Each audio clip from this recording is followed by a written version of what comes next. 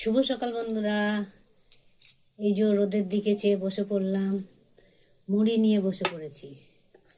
এই যে ঘুগনি তৈরি করেছি, ঘুগনি দিয়ে আজ মুড়ি খাবো। শীতের সকালে রোদে বসে ঘুগনি মুড়ি, চপ মুড়ি, বেগনি মুড়ি বেশ ভালোই লাগে।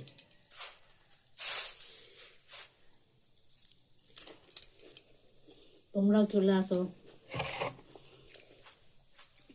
দারুণ হয়েছে ঘুগনিটা। এবার ভাবছি ঘুগনি বিক্রি করতে বসবো। হ্যাঁ, একটা কথা বলে রাখি, ঘুগনি কিন্তু 200 টাকা প্লেট।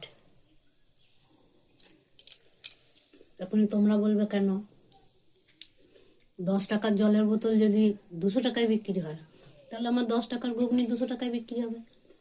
ঠিক বললাম? তোমরা এসেও কিন্তু সবাই নিমন্ত্রণ রইল। টাটা।